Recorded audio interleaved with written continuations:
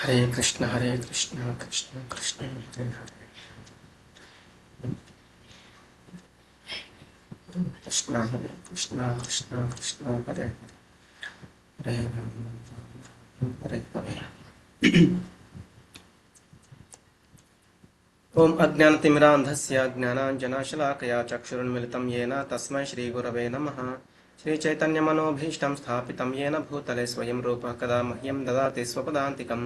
वन्देऽहं श्रीगुरो श्रीयुतपदकमलं श्रीगुरून् वैष्णवांश्च श्रीरूपं साग्रजातं सहगणरघुनाथान्वितं तं सजीवं साद्वैतं सावधूतं परिजनसहितं कृष्णचैतन्यदेवं श्रीराधाकृष्णपादान् सहगणललिता श्रीविशाखान्वितांश्च नमो विष्णुपादाय कृष्णप्रेष्ठाय भूतले श्रीमते भक्तिवेदांत स्वामिते नामिने नमस्ते सारस्वते देवे गौरवाणी प्रचारिणे निर्विशेष शून्यवादे पाश्चात्य देशतारिणे।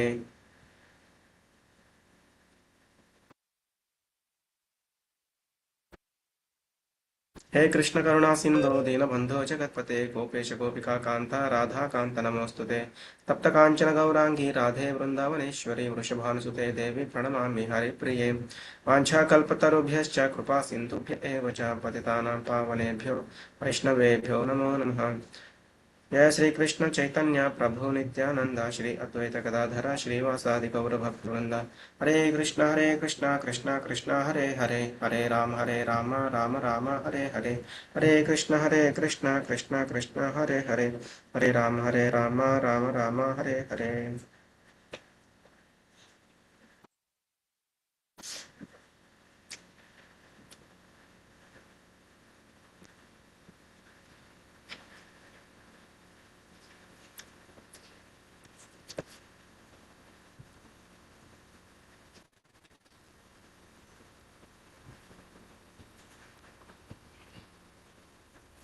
హరే కృష్ణ. నేను మనం ఏం చూసామంటే గురు శిష్య పరంపర ద్వారా ఈ భగవద్గీత జ్ఞానం అనేది తెలుసుకోవడానికి ప్రయత్నం చేయాలి. అలాగే ఇమం వివస్వతే యోగం ప్రోక్తవానహమవ్యయం వివస్వాన్ మనవే ప్రాహ మనురిక్ష్వాకవే బ్రవీత్ అంటే ఎప్పుడైతే ఈ యొక్క జ్ఞానాన్ని ఫస్ట్ నేను వివస్వానుడికి అంటే సూర్యుడికి బోధించాను అని చెప్పారు. ఆ సూర్యుడి నుంచి అది వాళ్ళ పుత్రుడైన మనువుకి, మళ్ళీ ఆ మనువు నుంచి ఇక్ష్వాకు రాజుకి, ఇట్లా ఆ యొక్క జ్ఞానం అనేది రావడం జరిగింది అని నిన్న మనం చూసాము.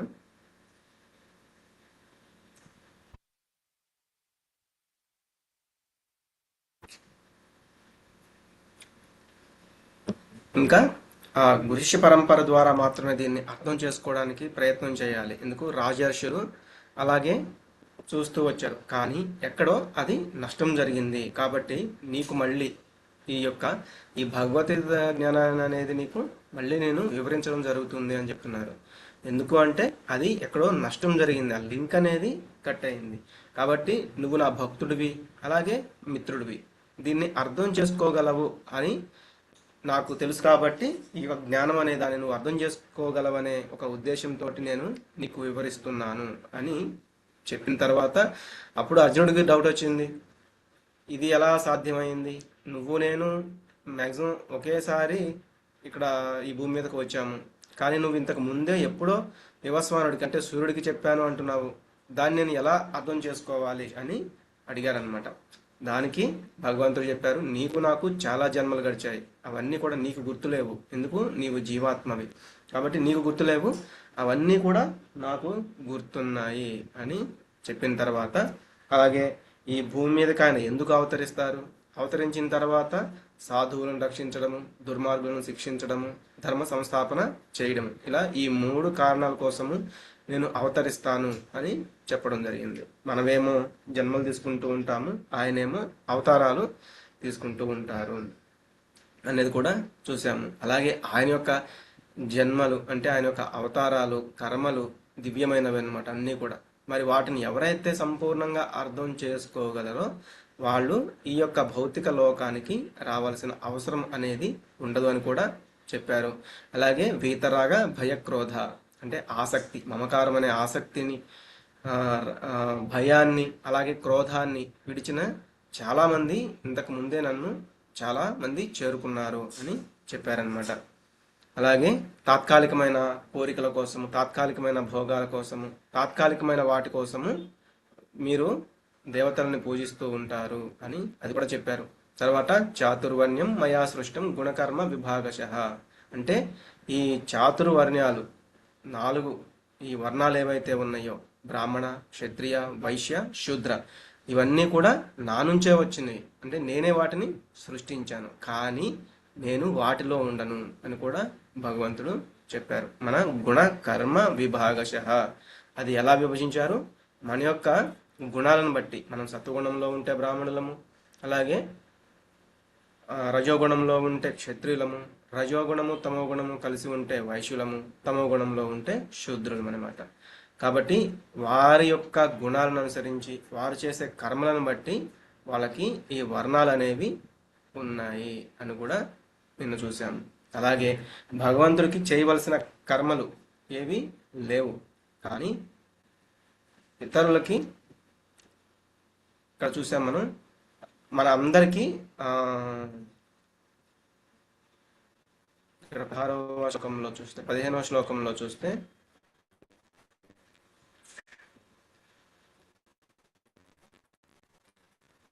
16వ శ్లోకంలో చూస్తే నన్ను ఏ కర్మయు ప్రభావితము చేయజాలదు, నేను ఎట్టి కర్మఫలమును ఆశింపను, నన్ను గూర్చిన ఈ సత్యము ఎరిగిన వాడు సైతము కర్మఫలములచే బంధింపబడు. అవసరమైనది ఏమీ పని చేయాల్సిన అవసరం, కానీ మనకి ఒక మార్గనిర్దేశంగా ఉండడానికి ఆయన కర్మ అనేవి చేసి చూపించారనమాట.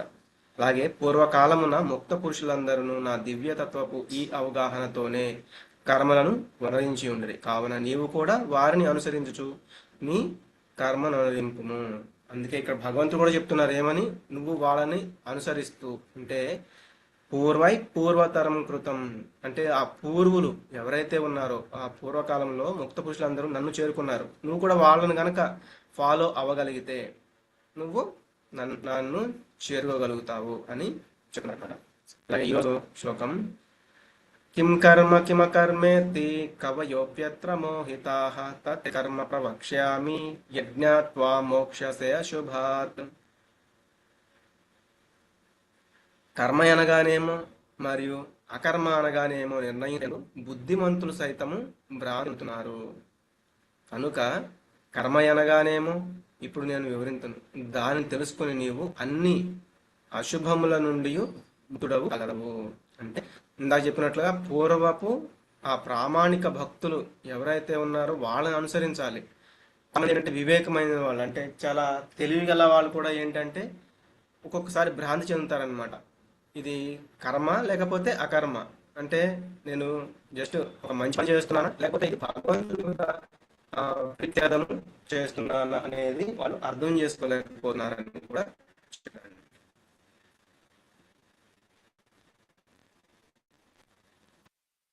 అందుకే మనకు భాగవతంలో వస్తుంది ధర్మం తు సాక్షాత్ భగవత్ ప్రణీతము, అంటే భగవంతుడు ఏదైతే చెప్పారో అదే నిజమైన ధర్మము.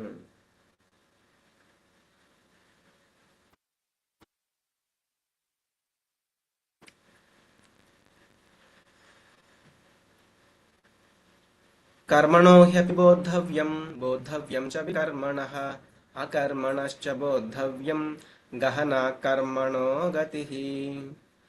కర్మ రహస్యాల గురించి అర్థం చేసుకోవటము చాలా క్లిష్టమైనది. అందుకే కర్మ, వికర్మ, అకర్మ ఈ మూడింటి యొక్క స్వభావాన్ని గురించి తప్పకుండా తెలుసుకోవాలి. మనకి కర్మ, వికర్మ, అకర్మ 3 రకాలైన కర్మలు అనేవి ఉన్నాయి అన్నమాట. కాబట్టి ఈ మూడింటి యొక్క స్వభావాన్ని గురించి మనం తప్పకుండా తెలుసుకోవాలి. అంటే కర్మ అనేవి 3 రకాలు. కర్మలు అంటే ఏంటంటే ఇంద్రియ నియంత్రణ మరియు చిత్తశుద్ధికి దోహదపడే విధంగా ఉండే శాస్త్ర విహితమైన కర్మలు, అంటే మంగళప్రదమైన పనులని కర్మలు అని చెప్తాము. అంటే మనకి ఇంద్రియాలని నియంత్రిస్తూ చిత్తశుద్ధికి అంటే కొన్ని మంచి పనులకి దోహదపడే వాటిని, అంటే శాస్త్రాల్లో ఏవైతే మనము ఇవి మనకి ఊర్ధ్వలోకాలను కలిగిస్తాయి, అలాగే మనకి ఉన్నతిని కలిగిస్తాయి అన్నమాట.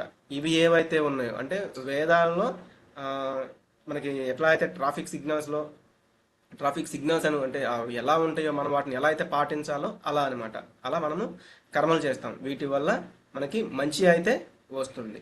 అలాగే వికర్మలు ఇది ఏంటి అంటే శాస్త్రములచే నిషేధింపబడిన అశుభకర మరియు అశుభకరమైన పనులు ఇవి హానికారకమైనవి మరియు ఆత్మ పాతాళానికి పతనానికి దారితీసేవి. వికర్మలు అంటే ఏంటంటే శాస్త్రాలలో చెప్పబడి ఉంది ఇవి చెయ్యకూడదు అని, కానీ మనం వాటినే గనక చేస్తే అవి వికర్మలు అనమాట. వాటి వల్ల ఏంటంటే ఇతరులకి హాని జరగవచ్చు, మనకి హాని జరగవచ్చు, సమాజానికి కూడా హాని జరగవచ్చు అనమాట.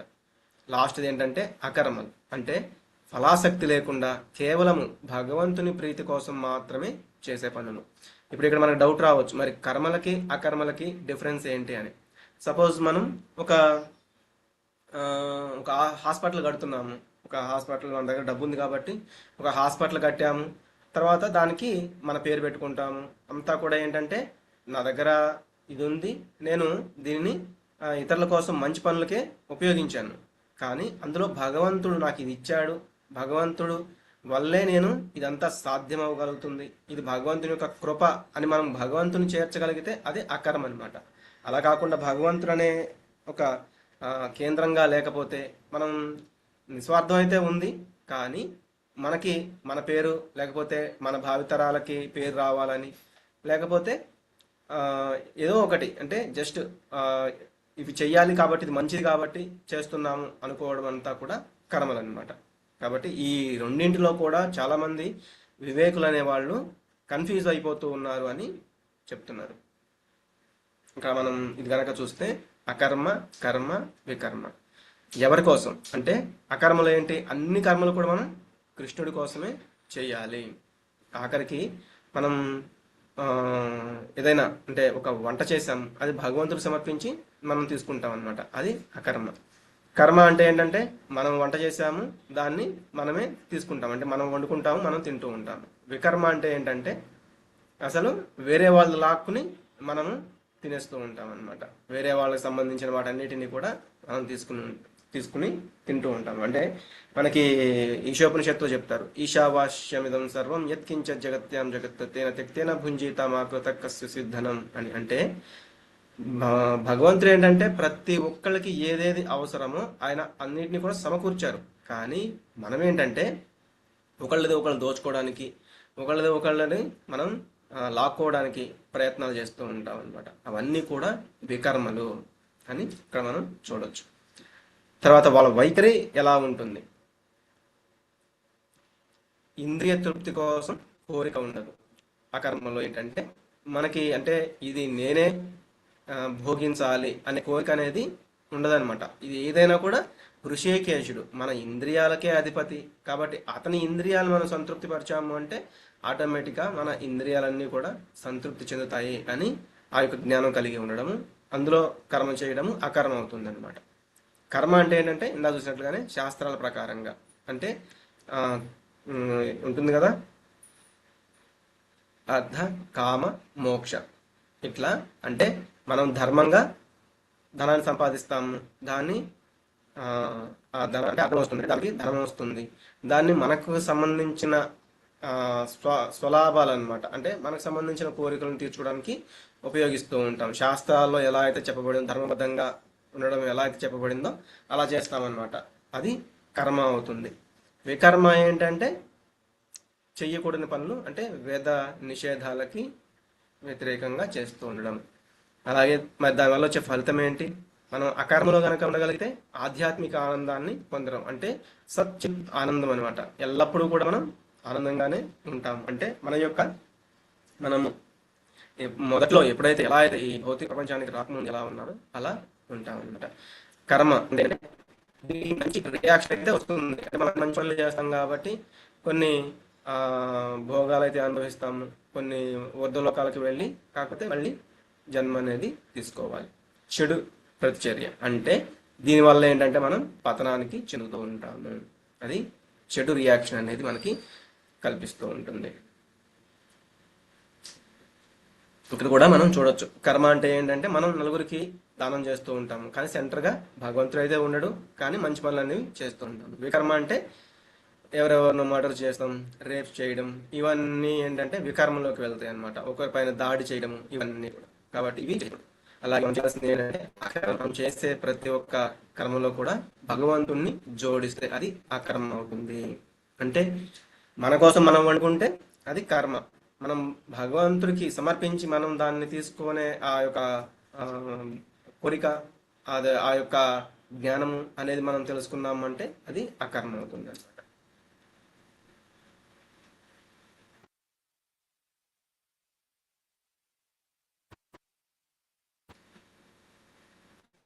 కర్మణో హ్యపి బోద్ధవ్యం బోద్ధవ్యం చ వికర్మణః అకర్మణశ్చ బోద్ధవ్యం గహనా కర్మణో గతి.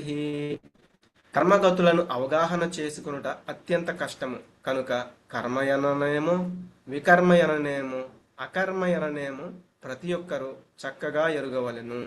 అంటే మనకి ఈ కర్మగతులు కర్మ వికర్మ అకర్మ అనేవి ఏవైతే ఉన్నాయో మనం వీటిని అవగాహన చేసుకోవడం అంటే వాటి గురించి కరెక్ట్గా అర్థం చేసుకోవడం చాలా కష్టం. ఎందుకు అంటే తికమక పడుతూ ఉంటారని మనం ఇందాక చూసాం కదా, వివేకవంతులు కూడా తికమక పడుతూ ఉంటారనమాట. ఏది నిజమైన కర్మ ఏది నిజమైన అకర్మ తెలుసుకోలేక. కాబట్టి ఆ వికర్మ అంటే ఏంటి, అకర్మ అంటే ఏంటి అంటే ఏంటి ప్రతి ఒక్కరు కూడా తెలుసుకోవాలి.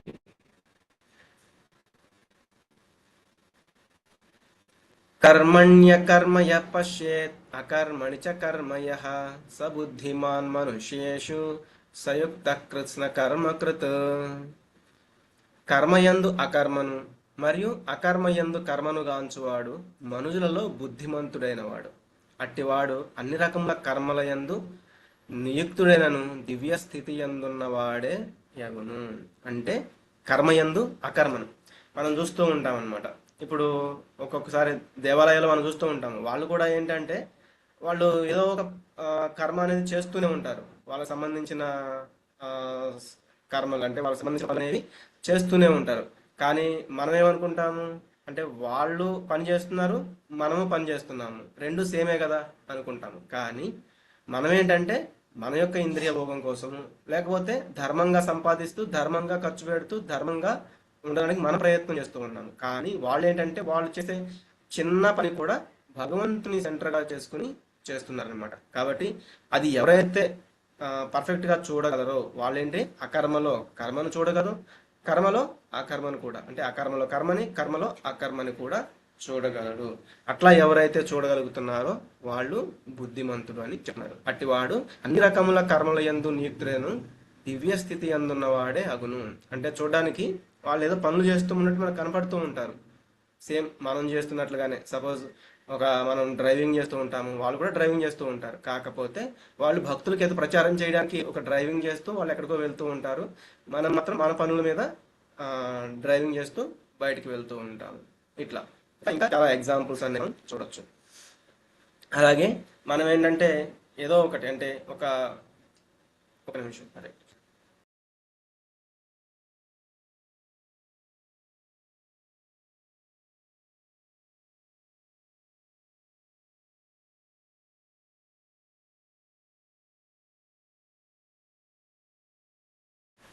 హరే కృష్ణ.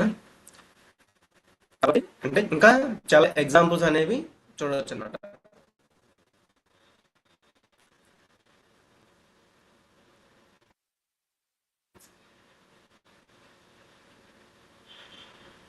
యస్య సర్వే సమారంభాః కామ సంకల్పవర్జితాః జ్ఞానాగ్నిదగ్ధకర్మాణం తమాహు పండితం బుద్ధాః. ఎవరి యొక్క సమస్త కర్మలు భౌతిక సుఖాల వాంఛలకు అతీతంగా ఉంటాయో, ఇందాక మనం చూసాం కదా, ఎవరి యొక్క సమస్త కర్మలు అంటే ఏం చేసినా కూడా ఈ భౌతిక సుఖాలకి విరుద్ధంగా అంటే ఏం చేసినా కూడా ఇందులో నాకేం సుఖం వస్తుంది, నాకేంటి నాకేంటి నాకేంటి అనే ఆలోచనలకి విరుద్ధంగా ఉంటాయో, ఎవరైతే తమ సమస్త కర్మల ప్రతిక్రియలను జ్ఞానాగ్ని అంటే భగవంతుడి గురించి తెలుసుకోవడం అనే అటువంటి అగ్నిలో భస్మం చేస్తారో అట్టివారు జ్ఞానోదయమైన మునులచే పండితులు అనబడతారు. మనం చూసాము పండితా సమదర్శిన, అందరినీ సమానంగా చూస్తూ ఉండేవాళ్ళు. ఎందుకంటే వాళ్ళకి పరిపూర్ణమైన జ్ఞానం అనేది లభించింది. దానివల్ల వాళ్ళు ఏంటంటే ఇది ఈ దేహం సౌఖ్యం కోసం నేను ఇదంతా కష్టపడాలి, ఇదంతా చేయాలి అని ఆలోచించకుండా ఏం చేసినా భగవంతుడి కోసం కష్టపడాలి. భగవంతుని యొక్క ఆ, దీంట్లో అంటే భగవంతుడు ఏదైతే ఆదేశించాడో దానికోసం పని చేయాలి అనే విధంగా వాళ్ళు ఉంటారనమాట. త్యక్వా కర్మఫల సంగం నిత్యతృప్తో నిరాశ్రయ కర్మణ్యభిప్రవృత్తోపి నైవ కించిత్ కరోతి సహా. కర్మఫలముల ఎడ ఆసక్తిని విడిచి నిత్యతృప్తుడును నిరాశ్రయుడును అయ్యుండెడి వాడు అన్ని రకములకు కర్మలయందు నియుక్తుడైనను కామ్యకర్మలు చేయని వాడే అగును.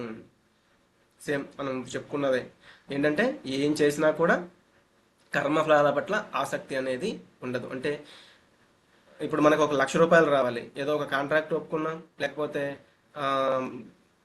సాఫ్ట్వేర్లు ఉంటారు వాళ్ళకి ఇంకా ఈ ఇయర్ నుంచి బోనస్ అనేది ఇంక్రిమెంట్ లేకపోతే శాలరీ అనేది ఇంకా పెరగాలన్నమాట. కానీ అది అనుకోకుండా తగ్గిపోయింది, లేకపోతే 1,00,000 రూపాయలు రావాల్సిన దగ్గర ఒక 50,000 వచ్చినాయి. కానీ నిత్యతృప్తుడు ఎట్లా ఉంటాడు? ఇది భగవంతుని యొక్క కృప. ఒకవేళ అంటే అసలు నాకు ఉద్యోగం అనేది పోకుండా 1,00,000 రూపాయలు శాలరీ ఏదైతే ఉందో అది రావాల్సింది, నాకు ప్రమోషన్ అయితే రాలేదు కానీ నా జాబ్ అయితే పోలేదు అని చాలా అట్లా ఆలోచిస్తాడు అనమాట. దాంట్లో కూడా తృప్తిని పొందుతాడు. కానీ ఎవరైతే ఈ యొక్క ఇంద్రియ భోగం కోసం ఉంటారో వాళ్ళు ఏంటంటే వెంటనే ఇంకా డల్ అయిపోతారు అనమాట. ఇది నాకు రావాల్సిన బోనస్, లేకపోతే నాకు రావాల్సిన ఇంక్రిమెంట్, నాకు రావాల్సిన ప్రమోషన్ నాకు రాలేదు కాబట్టి ఇంకా ఆవేశపడిపోతారు. లేకపోతే ఆ యొక్క నిజమైన ఆ తృప్తి అనేది పొందలేక మదన పడిపోవడము, ధ్యాయతో విషయాన్ పుంసః, దాని గురించి ఎక్కువ ఆలోచిస్తూ ఉండడము, దానివల్ల మోహం కలగడము, అది ఇంకా రాలేదు ఇంకా రాలేదు, నా యొక్క జాబు ఇట్లా ప్రమోషన్స్ వీటి గురించి ఆలోచిస్తూ ఉండడము. దీనివల్ల ఏమవుతుంది, వాళ్ళు ఎప్పుడు కూడా ఆ క్రోధంలో కోపంలో ఉండిపోతారనమాట. అంటే వీళ్ళు ఇచ్చే శాలరీకి ఇదే చాలని చెప్పి వర్క్ తగ్గించేస్తారు. దానివల్ల ఏమవుతుంది, ఇంకా వాళ్ళకి ప్రమోషన్ ఇచ్చే ఆలోచన కూడా ముగిసిపోతుంది అనమాట. అట్లా ఎప్పుడు కూడా తృప్తిగా ఉండేవాళ్ళు ఆ కర్మఫలాల గురించి ఆలోచించరు, దానివల్ల వాళ్ళు తృప్తిగా ఉంటారు. నిరాశ్రయుడును అంటే ఏవో ఒక భౌతిక కోరికల కోసం ఎవరో ఒకళ్ళని ఆశ్రయిస్తాం. అంటే మనకి ఈ పని కావాలి కాబట్టి ఎవరో ఒకళ్ళకి కొన్ని లంచాలు ఇవ్వడము, వాటి దగ్గరికి వెళ్ళి వీళ్ళ దగ్గరికి వెళ్ళి ఏదో ఒకరిని ఆశ్రయం పొంది నాకు అది చేసి పెట్టు ఇది చేసి పెట్టు అనే యొక్క అటువంటి ఆలోచన కూడా వీళ్ళకి అవసరం లేదు. అన్ని రకముల కర్మల యందు నియుక్తుడైనను కామ్యకర్మలు చేయని వాడే అగును. అంటే అతను చూడడానికి ఏవో ఒక కర్మలు చేస్తున్నట్లుగానే, నేను సపోజ్ నేను బిల్డింగ్ కట్టే దగ్గర నేను ఒక కూలివాడిగా పనిచేస్తున్నాను, అతను కూడా ఒక బిల్డింగ్ కట్టే దగ్గర కూలివాడిగా పనిచేస్తూ ఉన్నాడు. కానీ అతను చాలా భగవంతుని యొక్క కార్యంలో నిమగ్నమై ఉన్నాడు కాబట్టి అతను చాలా తృప్తిగా ఉంటాడు. నేనేమో ఏవో ఒక ఇంద్రియ భోగం గురించి ఆలోచిస్తూ ఈ కర్మలు అనేవి చేస్తూ ఉంటాను. ఇలా మనం అర్థం చేసుకోవచ్చు. నిరాశీర్యత చిత్తాత్మ త్యక్త సర్వ పరిగ్రహ శారీరం కేవలం కర్మ కుర్వన్నాప్నోతి కిల్బిషం. అట్టి అవగాహనం కలిగిన మనుజుడు నియమిత మనోబుద్ధులచే తనకున్న వానిపై స్వామ్య భావన విడిచి కేవలము జీవనావసరముల కొరకే కర్మనోరించును. ఆ విధముగా వర్తించుచు అతడు పాపఫలములచే ప్రభావితుడు కాకును. అంటే ఎప్పుడైతే ఇటువంటి అవగాహన వస్తుందో అతనేంటంటే మనస్సు చేత ఉన్న బుద్ధి చేత వాటిపైన తనకున్న స్వామ్య భావన అనమాట. అంటే నేనే యజమానిని అటువంటి భావన అనేది ఉండదు.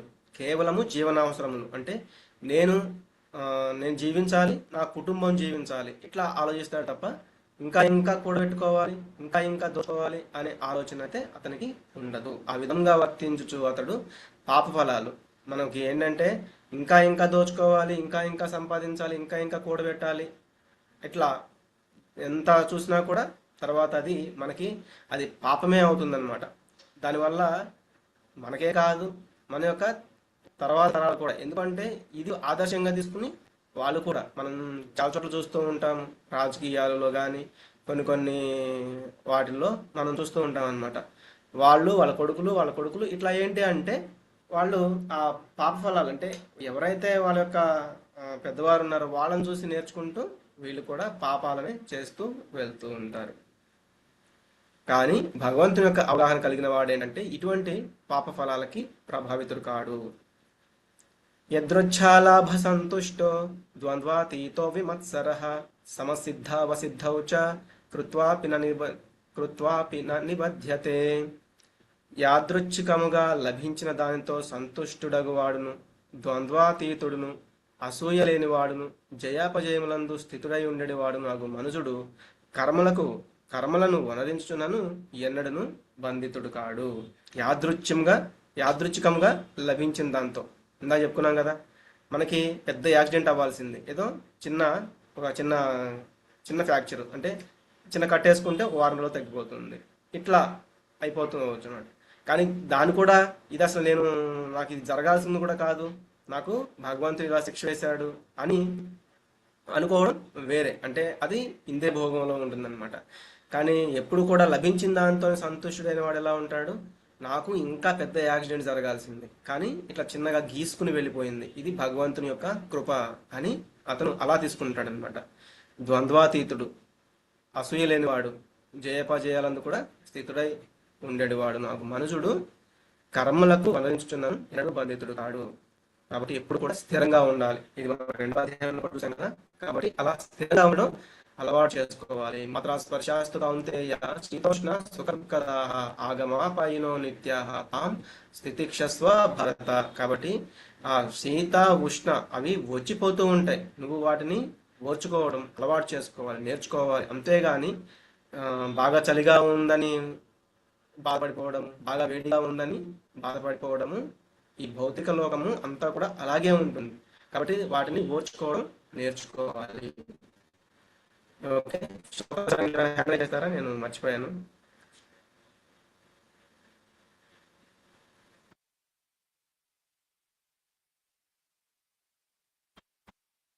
హ్యాండ్ రైజ్ చేస్తారా మాతాజీ? ప్రభుజీ, హరే కృష్ణ. ఓకే, భవానీ మాతాజీ ఈ శ్లోకం చదవండి. హరే కృష్ణ ప్రభు. హరే కృష్ణ. సంగస్య ముక్తస్య జ్ఞానవస్థితచేతసః యజ్ఞయాచరతః కర్మాన్ సమగ్రం ప్రవిలీయతే. హరే కృష్ణ ప్రభుజీ. హరే కృష్ణ. ధన్యవాదాలు మాతాజీ. ప్రకృతి త్రిగుణముల ఎడ అసంగుడై దివ్య జ్ఞానమునందు సంపూర్ణంగా స్థితుడైన మనుజుని సర్వ కర్మల దివ్యత్వమునందే పూర్తిగా లీనమగును. అంటే మనకి సత్వ రజస్ తమో గుణాలు ఉన్నాయి కదా, వీటి పట్ల అసంగుడై అంటే ఎప్పుడు ఏదో ఒక గుణంలో ఉండిపోకుండా ఈ గుణాలకి అతీతంగా ఉండాలని చెప్తూ ఉంటారు అన్నమాట భగవంతుడు. అది ఎలా వస్తుంది మరి? వాసుదేవ సర్వమితి సమహాత్మ సుదుర్లభ అంటే బహునాం జన్మనామంతే జ్ఞానవాన్మాం ప్రపద్యతే అని చెప్తారు. అంటే ఎన్నో జన్మల తర్వాత కానీ వాసుదేవుడే సర్వము అని భగవంతుడే చెప్పారు. అది తెలుసుకున్న వాళ్ళు అప్పుడు ఈ యొక్క గుణాలకి అతీతంగా భగవంతుని యొక్క పూర్తి జ్ఞానం అనేది వాళ్ళకి రావడం వల్ల అప్పుడు ఈ దివ్యత్వమునందే పూర్తిగా వాళ్ళు లీనమవుతారు. హరే కృష్ణ ప్రభుజీ. హరే కృష్ణ. వాయిస్ చాలా లో వస్తుంది ప్రభుజీ, చాలాసేపు ట్రై చేస్తున్నాం, ఇంతసేపు మాకు పర్మిషన్ ఇవ్వలేదు మ్యూట్ బటన్ కి. ఓ సారీ ప్రభుజీ.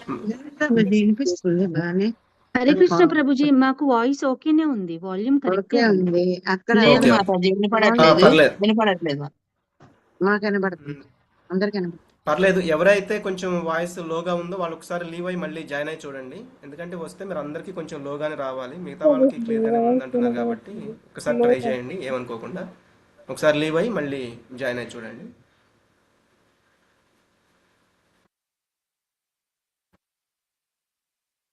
ఓకే, హరే కృష్ణ. జ్యోత్స్న మాతాజీ ఈ శ్లోకం చదవండి. బ్రహ్మార్పణం బ్రహ్మ బహవిః బ్రహ్మోణ బ్రాహ్మణ హృతం బ్రహ్మవై తేన గంతవ్యం బ్రహ్మ కర్మ సమాధినః. హరే కృష్ణ. బ్రహ్మార్పణం బ్రహ్మహవిః బ్రహ్మాగ్నౌ బ్రహ్మణాహుతం బ్రహ్మైవ తేన గంతవ్యం బ్రహ్మ కర్మ సమాధినా. ఈ శ్లోకం కూడా చాలా ఇంపార్టెంట్. కృష్ణ భక్తి రసభావన యందు సంపూర్ణంగా నిమగ్నుడైన మనుజుడు భగవద్ధామము తప్పక పొంది తీరును. అంటే ఎప్పుడైతే కృష్ణ చైతన్యంలో అంటే ఏం చేసినా కూడా ఇది ఇప్పుడు నేను భగవంతునికి సేవ చేయాలి అంటే భగవంతుని కోసం ప్రసాదం వండాలి, భగవంతుని యొక్క ప్రసాదాన్ని పంచాలి, భగవంతుని యొక్క నామాన్ని ప్రచారం చేయాలి. అలా ఏం చేసినా కూడా భగవంతుడు భగవంతుడు అనే ఒక సెంటర్ అనేది ఎవరైతే దాన్ని కల్పించుకుని ప్రతి ఒక్క పనిలో కూడా చేస్తారో వాళ్ళు భగవద్ధామాన్ని తప్పకుండా పొందుతారు. ఎందుకు అంటే స్వీకరించున్నది మరియు అర్పింపబడినది అను రెండును బ్రహ్మమే అయినటువంటి ఆధ్యాత్మిక కర్మల యందు అతడు తత్పరుడై ఉండుటయే అందులకు కారణం. అంటే స్వీకరించేది అంటే మనం తీసుకునేది భగవంతుడు ఇచ్చిందే, మనం అర్పించేది కూడా భగవంతుడు ఇచ్చిందే. అలా రెండూ కూడా బ్రహ్మమే. ఏది చూసినా మనము బ్రహ్మమే, యజ్ఞంలో అర్పించేది బ్రహ్మమే, అలాగే యజ్ఞం నుంచి వచ్చేది బ్రహ్మమే. ఇలా ప్రతి ఒక్కటి కూడా బ్రహ్మమే అనమాట. కాబట్టి ఇటువంటి దాన్ని ఈ ఎవరైతే అంటే ఆధ్యాత్మిక కర్మల యందు అతడు తత్పరుడై ఉండుటే అందులకు కారణము. కాబట్టి మనం ఏం చేసినా కూడా వాటికి సంబంధించిన అంటే భగవంతుడికి సంబంధించిన కర్మలు అనేవి చేస్తూ ఉంటే మనం ఆ స్థితికి వెళ్ళగలుగుతాం అన్నమాట. ఇంకే భాషలో చెప్తారు.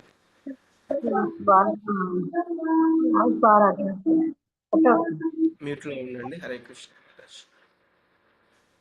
ఇప్పుడు ఓకేనా మాతాజీ? వాయిస్ క్లియర్గా ఉందా? ప్రభుజీ. ఓకే మాతాజీ. హరే కృష్ణ. కృష్ణ భావన యొక్క కర్మలు ఏ విధంగా మనుషుని ఆధ్యాత్మిక చేయాలో ప్రభుజీ కట్ అయిపోతుంది వాయిస్. బ్రేక్ అవుతుంది ప్రభుజీ. ఓకే ఒక్క నిమిషం.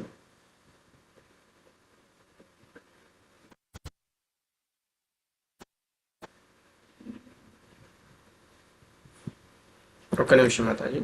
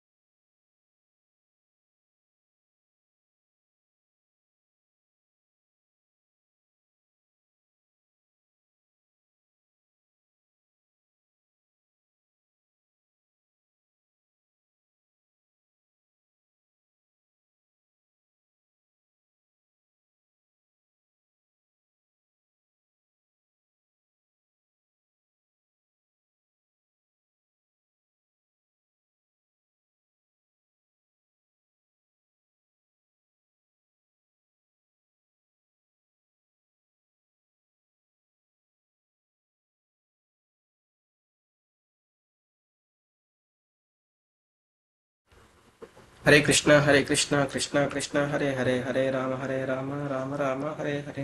ఇప్పుడు ఓకేనా Mataji? Okay okay Prabhuji. Okay Mataji. Hare Krishna. ధన్యవాదాలు. అంటే మనం కృష్ణ చైతన్యంలో అంటే ఏం చేసినా కూడా కృష్ణ భగవానుడిని మనం సెంటర్గా పెట్టుకుని చేస్తే అది ఆధ్యాత్మికం అవుతుందన్నమాట. ఎందుకు అంటే ఈ యొక్క భౌతిక జగత్తులో ప్రతి ఒక్కటి కూడా భౌతికమైనది, కానీ భగవంతుడికి సమర్పించినప్పుడు మాత్రమే అది ఆధ్యాత్మికం అవ్వబడుతుంది. కాబట్టి మనల్ని మనం భగవంతుడికి సమర్పించుకునే విధంగా ఎప్పుడైతే మనం ఉండగలుగుతామో అప్పుడు అది ఆధ్యాత్మికం అవుతుంది. అంటే బద్ధజీవుడు భౌతిక భావన నుండి ముక్తిని పొందు విధానమే కృష్ణ భక్తి రసభావనము. ఎగ్జాంపుల్గా ఏంటి? పాల పదార్థాలను అధికంగా భుజించడం వలన కలిగిన అతిసార వ్యాధిచే బాధపడు రోగికి పాలకు సంబంధించిన పెరుగును తినిపించడం ద్వారా బాగుపరిచినట్లు. అంటే మనకు ఒక్కోసారి ఎక్కువగా అంటే పాల పదార్థాలు తీసుకుంటూ ఉంటాం, అంటే పాలు తీసుకోవడము, పాలకు సంబంధించిన స్వీట్స్ అను ఇవి ఎక్కువగా తీసుకోవడం వల్ల ఏమవుతుందంటే అతిసారం అంటే మనకి డైజెషన్ ప్రాబ్లం అనేది వస్తుందన్నమాట. అప్పుడు మనకేం చేస్తారు? మజ్జిగ లేకపోతే పెరుగు ఇటువంటి దాన్ని ఎక్కువగా తీసుకోమని చెప్తారనమాట. దానివల్ల ఏంటంటే అది బాగుపడుతుంది. దీనికి ఎలా ఎగ్జాంపుల్ అంటే విషయ భావనలో రతుడైన బద్ధజీవుని భగవద్గీత యందు ఇచ్చట తెలుపబడిన కృష్ణ భక్తి రసభావన ద్వారా బాగుపరచవచ్చును. అంటే ఎల్లప్పుడూ కూడా మనకు సంబంధించిన ఇంద్రియ భోగ వీటి గురించి ఆలోచించేవాడిని ఇక్కడ తెలిపినట్లుగా అంటే ఏం చేసినా కూడా మనం ఇంతకుముందు చూసాము, లోయర్ టేస్ట్ నుంచి హైయర్ టేస్ట్కి రావడం అనమాట. అంటే మన యొక్క అన్నీ మన కోసం చేసుకునే వాటిని భగవంతుడి వైపు అంటే మనం ఇంద్రియాలను నిగ్రహించుకోవడము అది చాలా కష్టంతో కూడుకున్న పని అనమాట. కాబట్టి ఆ ఇంద్రియాలను భగవంతుని యొక్క సేవలో, అంటే మనం చూస్తున్నాం, టీవీ చూస్తున్నాం, ఏదో ఒక ప్రోగ్రాంలు వస్తూనే ఉంటాయి. మనం సంవత్సరం క్రితం ఏం చూసామో ఇప్పుడు ఏమీ గుర్తుండదు అనమాట. కరెక్టేనా కదా? మనం సంవత్సరం క్రితం చాలా టీవీ ప్రోగ్రామ్స్ చూసుంటాం. సంవత్సరం తర్వాత వాటికంటే ఇంకా ఏవో వస్తూనే ఉంటాయి, చూస్తూనే ఉంటాం, మర్చిపోతూనే ఉంటాం, చూస్తూనే ఉంటాం, మర్చిపోతూనే ఉంటాం. కానీ భగవద్గీత గురించి మనం రోజు చూస్తూ ఉన్నా, రోజు తెలుసుకుంటూ ఉన్నా, ఇంకా ఇంకా జ్ఞానం అనేది వస్తుంది తప్ప అది నాశనం అయ్యేది కాదు. కానీ భౌతికంగా మనం టీవీలో ఏ ప్రోగ్రామ్స్ చూసినా అవంతా కూడా భౌతికమైనవి అనమాట.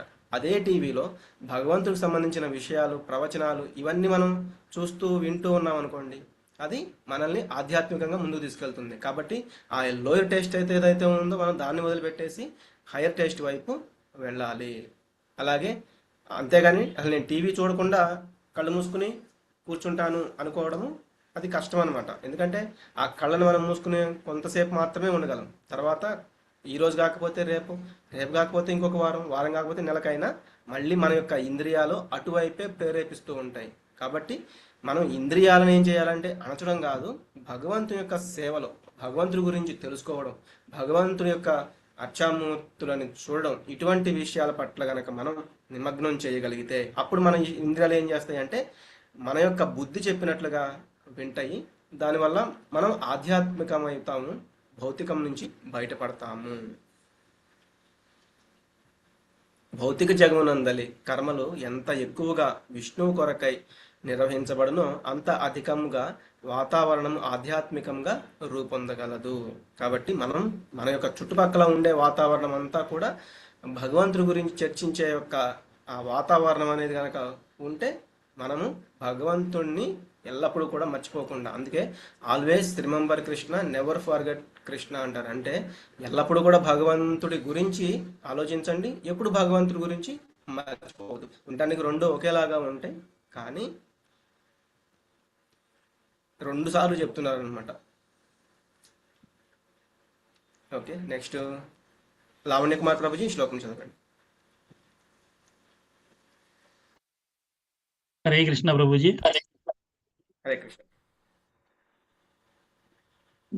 దైవమేవాపరే యజ్ఞం యోగినః పర్యుపాసతే బ్రహ్మాగ్న వసరే యజ్ఞం యజ్ఞేనైవోపజుహతి. హరే కృష్ణ. బ్రహ్మాజ్ఞ వపరే యజ్ఞం. ఓకే, కొందరు యోగులు వివిధ యజ్ఞముల ద్వారా దేవతలను లెస్సగా పూజింతురు, మరికొందరు పరబ్రహ్మనుడి అగ్నియందు హోమమును చేయుదురు. అంటే కొంతమంది యోగులు ఏం చేస్తూ ఉంటారు, యజ్ఞాల ద్వారా దేవతలకి ఎప్పుడు కూడా ఆహుతులను అర్పిస్తూ ఉంటారనమాట. అలాగే మరికొందరేమో పరబ్రహ్మనుడి అగ్నియందు వాళ్ళు హోమాలని చేస్తూ ఉంటారు. నక్కేశాడు చూడువాడు. హరే కృష్ణ.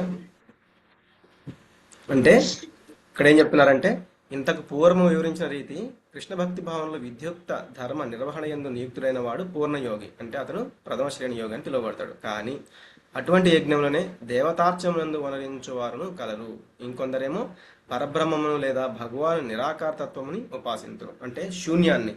అంటే వాళ్ళు ఏంటంటే భగవంతుని యొక్క తేజస్సు, ఆ యొక్క శరీర కాంతి ఏదైతే ఉందో దానికోసం కొంతమంది పూజిస్తూ ఉంటారు. అలాగే దేవి దేవతలను పూజిస్తూ ఉంటారు. వాటి వల్ల ఏవో ఒక వాటిని కోరికలని తీర్చుకుంటూ ఉంటారు. ఇటువంటివి ఇవన్నీ కూడా వాస్తవానికి వివిధ కర్తలచే చేయబడు యజ్ఞమునందలి వివిధ మార్గములు, కేవలము యజ్ఞం యొక్క వర్గీకరణ మాత్రమే. అంటే ఏ యజ్ఞం చేసినా, అందుకే మనం 3వ అధ్యాయంలో చూసాము, యజ్ఞాతాత్ కర్మణోన్యత్ర లోకోయం కర్మబంధన తదర్థం కర్మ కౌంతేయ ముక్త సంఘ సమాచార. ఎప్పుడైతే మనం విష్ణువు యొక్క ప్రీత్యర్థము, కృష్ణ భగవాను యొక్క ప్రీత్యర్థము కర్మలను, యజ్ఞాలను చేస్తూ ఉంటాము, వాటికి కర్మబంధనం అనేది ఉండదు. మిగతా వాటికి కర్మ బంధనం అనేది ఉంటుంది. కాబట్టి ఆ సకామ యజ్ఞాలు, సకామ కర్మలు చేసేవి ఏవైతే ఉంటాయో వాటికి మళ్ళీ మనం వాటిని తీసుకోవాలంటే వాటి యొక్క ఫలితాలని మనం అనుభవించాల్సిందే. ఏం చెప్తున్నారంటే కొంతమంది ఇంద్రుడికి, సూర్యుడికి, వాళ్ళ అటువంటి దేవతల ప్రీత్యర్థము తమకున్నవి అర్పిస్తూ ఉంటారు.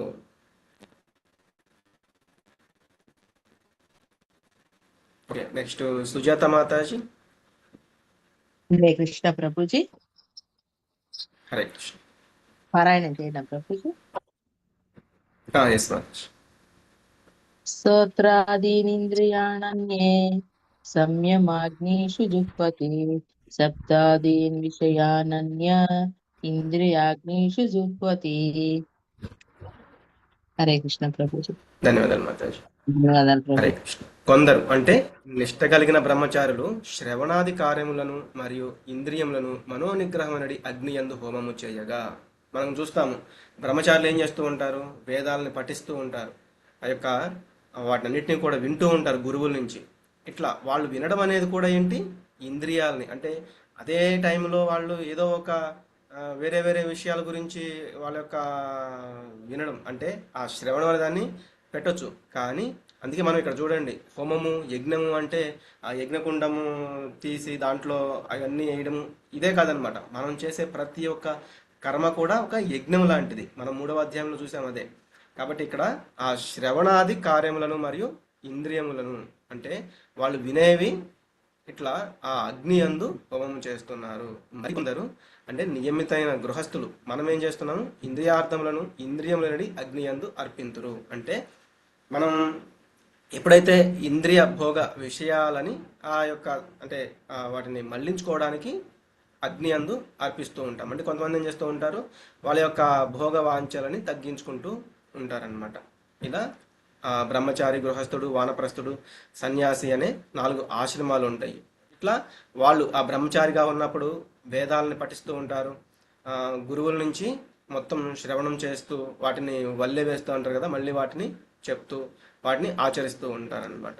గృహస్థుడికి కొన్ని, వానప్రస్థుడికి కొన్ని, సన్యాసికి కొన్ని, ఇట్లా కొన్ని కొన్ని ఆ యొక్క 4 ఆశ్రమాల వారికి వాళ్ళ యొక్క ఆధ్యాత్మిక జీవనం ఎలా అయితే ముందుకు వెళ్ళాలో, పూర్ణుడు అవ్వాలో అవి చాలా ఉన్నాయి అన్నమాట. అట్లా వాటిని ఆచరిస్తూ వాళ్ళు ముందుకు వెళ్ళాలి.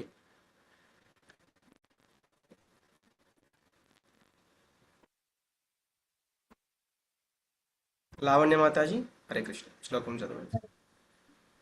सर्वाणीन्द्रियकर्माणि प्राणकर्माणि चापरे आत्मसंयमयोगाग्नौ जुह्वाति ज्ञानदीपिते.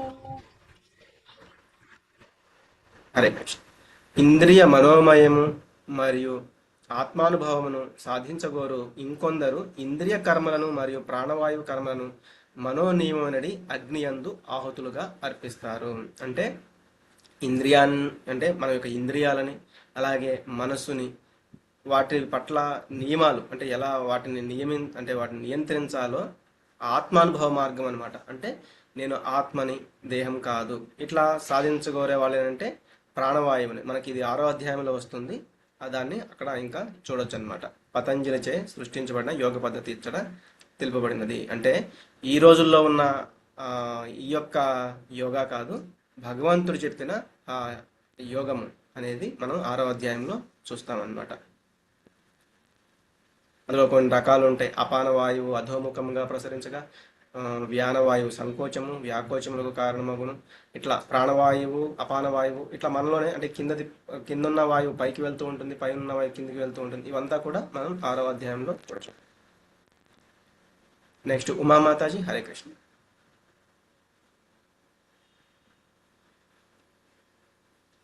అన్మ్యూట్ చేసుకోండి ఉమామాతాజీ. ప్రభుజీ శ్రీలత మాతాజీ మెసేజ్ చేశారు, చదువుతానని. సుధామాతాజీ, హరే కృష్ణ. యోగ ఉమామాతాజీ చెప్పండి మాతాజీ. ఉమామాతాజీ మళ్ళీ చెప్పండి మొదటి నుంచి, మీ వాయిస్ మాకు వినపడలేదు. ఎస్ మాతాజీ.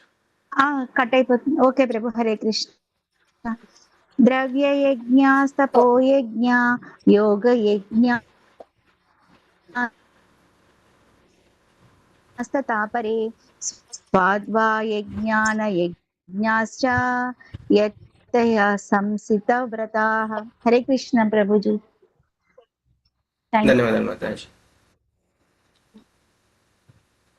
కఠిన వ్రతములను చేపట్టి కొందరు తమ సంపత్తిని అర్పించడం ద్వారా మరియు మరికొందరు తీవ్ర తపస్సులను చేయటం ద్వారా అష్టాంగ యోగ పద్ధతిని పాటించడం ద్వారా లేదా మాతాజీ భవానీ మాతాజీ, నా వాయిస్ క్లియర్గా ఉందా? ప్రభు ఓకే. Thank you. ప్రభు కట్ అయిపోతుంది ప్రభు వాయిస్ మీది. మీ నెట్వర్క్ ప్రభు ప్రాబ్లం హరే అనుకుంటా మాతాజీ. కృష్ణ. వేరే వాళ్ళకి మాతాజీ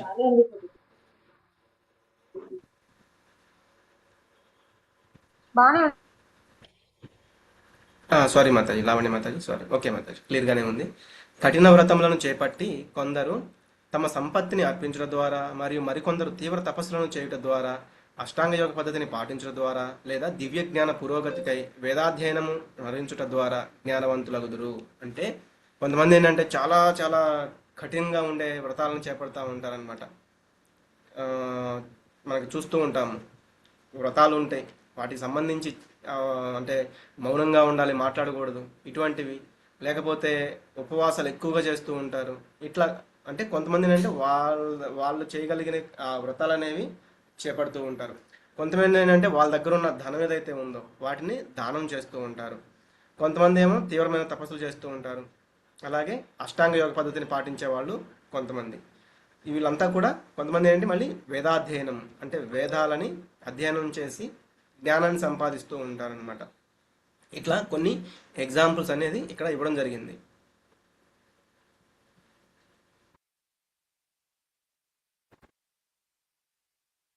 అపానే జుహ్వతి ప్రాణం ప్రాణే పానం తథా పరే ప్రాణాపానగతి రుద్ధ్వా ప్రాణాయామ పరాయణాః అపరే నియతాహారాః ప్రాణాన్ ప్రాణేషు జుహ్వతి. ప్రాణాయామము ద్వారా సమాధి అందు నిలవగోరు ఇంకొందరు ప్రాణమును అపానమునందు మరియు అపానమును ప్రాణమునందు అర్పింప యత్నించి శ్వాసను సంపూర్ణంగా బంధించి అంత్యమున సమాధి మగ్నులగుదురు. మరికొందరు ఆహారమును నియమించి ప్రాణవాయువును ప్రాణవాయువునందే యజ్ఞముగా అర్పింతురు. మనం ఇది చూస్తూ ఉంటాం అనమాట. ఆ ప్రాణాయామం అంటే మనకి యోగాలు చెప్తూ ఉంటారు కదా, వాటినన్నింటినీ కూడా చేస్తూ అది మనకి 6వ అధ్యాయంలో వస్తుంది. యమ నియమ ఆసన ప్రాణాయామ ప్రత్యాహార ధారణ సమాధి ప్రత్యాహార, ఇట్లా అంటే ఒక్కొక్క అంగము 8 అంగాలని దాటుతూ లాస్ట్కి వాళ్ళు సమాధి అనే ఒక స్టేజ్కి వెళ్తారనమాట. ఆ స్టేజ్లో ఏంటంటే పరమాత్మని వాళ్ళు చూడగలుగుతారనమాట. దాంట్లో చాలా కష్టంగా ఉంటుందని కూడా మనం చూస్తాము. అలాగే అపానమును ప్రాణమునందు వాళ్ళు అర్పించేస్తూ ఉంటారు. అంటే వాళ్ళ ఆఖరికి వాళ్ళ యొక్క ప్రాణవాయువును కూడా నిలిపేస్తారనమాట. అంటే గాలిని తీసుకోవడం కూడా వాళ్ళు బంధించి వేస్తారనమాట. అంత కఠినంగా చేస్తూ ఉంటారు. మరికొందరు ఆహారము నియమించి యుక్తాహార విహారస్య యుక్త చేష్టస్య కర్మసు అని చెప్తూ ఉంటారు. అంటే ఆహారాన్ని మెల్లమెల్లగా తగ్గించే అసలు ఆహారం కూడా తీసుకోవడం ఆపేస్తారనమాట. అట్లా చేసి లాస్ట్కి ప్రాణవాయువునందే యజ్ఞంగా అర్పిస్తారు. కాబట్టి శ్వాసను నియమించి ఈ యోగ పద్ధతి ప్రాణాయామము అని చెప్తారు. ఇంద్రియ నిగ్రహం కొరకు మరియు ఆధ్యాత్మిక అనుభవ పురోగతి కొరకు ఈ విధానాలన్నీ ఉద్దేశింపబడినవి. అంటే ఇదంతా కూడా ఏంటి, ఆధ్యాత్మికమైన ఉద్దేశమే కానీ ఏదో మనకి ఈ శరీరము దారుఢ్యం కోసం, అంటే శరీరం చాలా బాగుండాలి, ఆరోగ్యం బాగుండాలి అని ఇప్పుడు ఎక్కువగా యోగా చేస్తున్న వాళ్ళు ఏంటంటే వీటి మీద మెయిన్ కాన్సన్ట్రేషన్ అనేది పెడుతున్నారు. కానీ భగవంతుడు చెప్పింది ఏంటి అంటే అదంతా కూడా ఆధ్యాత్మిక అనుభవం యొక్క పురోగతి కొరకు ఇది నిర్దేశించబడింది అని చెప్తారు.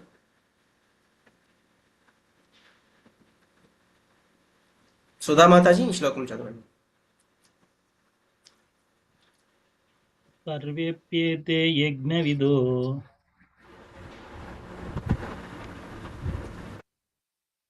సుధామాతాజీ హరే కృష్ణ.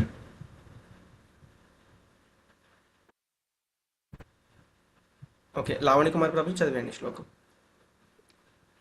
హరే కృష్ణ ప్రభుజీ. హరే కృష్ణ. సర్వేప్యేతో యజ్ఞవిదో యజ్ఞక్షపితకల్మషః యజ్ఞశిష్టామృతా భుజోయంతి బ్రహ్మ సనాతనం. సర్వేప్యేతే యజ్ఞవిదో యజ్ఞక్షపితకల్మషాః యజ్ఞశిష్టామృతభుజో యాంతి బ్రహ్మ సనాతనం. ధన్యవాదాలు ప్రభుజీ. హరే కృష్ణ. యజ్ఞ ప్రయోజనము ఎరిగిన ఈ కర్తలందరూ పాపఫలముల నుండి శుద్ధిపడి యజ్ఞఫలమనడి అమృతమును ఆస్వాదించినందున నిత్యమైన భగవద్ధామము వైపుకు పురోగమిస్తారు. అంటే యజ్ఞ ప్రయోజనం తెలుసుకుంటారనమాట. ఈ ఎవరైతే మనం చూసాం కదా, ఇప్పుడు పైన కొన్ని యజ్ఞాలు అనేవి చెప్పారనమాట. వీళ్ళందరూ కూడా పాప ఫలాల నుండి శుద్ధిపడి యజ్ఞ ఫలమనడి అమృతమును ఆస్వాదించినందున వాళ్ళు భగవంతుని యొక్క నిత్యధామం వైపుకు పురోగమిస్తారు అని చెప్తున్నారు. అంతా కూడా ఏంటది ఆధ్యాత్మికంగా ఎవరైతే తెలుసుకుంటారో భగవంతుడే ఇదంతా కూడా. అంటే అందుకే మనకి 8వ అధ్యాయంలో చెప్తారు, వేదేషు యజ్ఞేషు తపస్సు చైవ దానేషు యత్పుణ్య ఫలం ప్రతిష్టం అత్యేతి తత్సర్వమితం విదిత్వా యోగి పరం స్థానముపైతి చాద్యం. అంటే విపరీతమైన యజ్ఞాలు చేయడం, విపరీతమైన దానాలు చేయడం, విపరీతమైన ఇవన్నీ కూడా ఆధ్యాత్మికంగా లేకపోతే అసలు అనవసరం అని చెప్తున్నారు. కానీ వీటన్నిటి కూడా భగవంతుని యొక్క ధ్యాసలో చేస్తే మంచిది. కానీ ఎవరైతే ఎల్లప్పుడూ కూడా భగవంతుని స్మరిస్తూ భగవంతుని యొక్క సేవలోనే నిమగ్నమై ఉన్నారో వాళ్ళు వీటన్నిటిని చేయకపోయినా వీటన్నిటిని యొక్క పొందిన ఫలం అనేది వాళ్ళకి దొరుకుతుంది అని అక్కడ చెప్తారనమాట. లక్ష్మీమాతాజీ ఈ లైన్ చదివేసాయి. హరే కృష్ణ ప్రభుజీ. హరే కృష్ణ. నాయం లోకోస్తి యజ్ఞస్య కుతోన్య కురు సత్తమా. హరే కృష్ణ. హరే కృష్ణ. ఓ కురువంశ శ్రేష్ఠుడా, యజ్ఞము నిర్వహింపకుండా ఎవరును ఈ లోకమున గాని ఈ జన్మమునందు గాని ఆనందంగా జీవింపలేరు. అట్టి ఎడ తరువాతి జన్మం గూర్చి వేరుగా చెప్పనేలా. అంటే ఓ కురువంశ శ్రేష్ఠుడా, అర్జున యజ్ఞం నిర్వహింపకుండా అంటే మనం ఏదో ఒక యజ్ఞం, అంటే మనం చేసే ప్రతి కర్మ కూడా యజ్ఞం లాంటిదే. కాబట్టి ఈ ఏవి చేయకుండా ఎవరు కూడా ఈ లోకమున ఉండలేరు, ఈ జన్మనందు కూడా ఆనందంగా జీవింపలేరు. కాబట్టి ఎవరో ఒకళ్ళు వాళ్ళకి తోచిన విధంగా ఏదో ఒక యజ్ఞాన్ని చేస్తూనే ఉంటారు.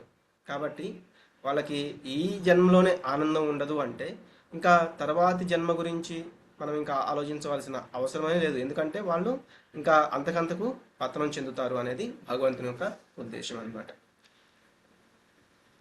ఓకే, ఇక్కడ వరకు ఆపుదాము. రేపు మనం మిగిలింది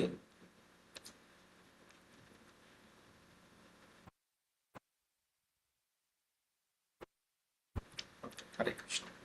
వాంఛాకల్పతరుభ్యశ్చ కృపా సింధుభ్య ఏవ చ పతితానాం పావనేభ్యో వైష్ణవేభ్యో నమో నమః. అనంత కోటి వైష్ణవ బృంద్ की जय. नामाचार्य श्री हरदास ठाकुर की जय. पतित पावन श्री प्रभुपाद की जय. हरे कृष्ण प्रभुजी, धन्यवाद. हरे कृष्ण प्रभुजी, दंडवत प्रणाम. हरे कृष्ण प्रभु. హరే కృష్ణ ప్రభుజీ, ధన్యవాదాలు. హరే కృష్ణ ప్రభుజీ, ధన్యవాదాలు. हरे कृष्ण प्रभुजी. हरे कृष्ण प्रभु जी.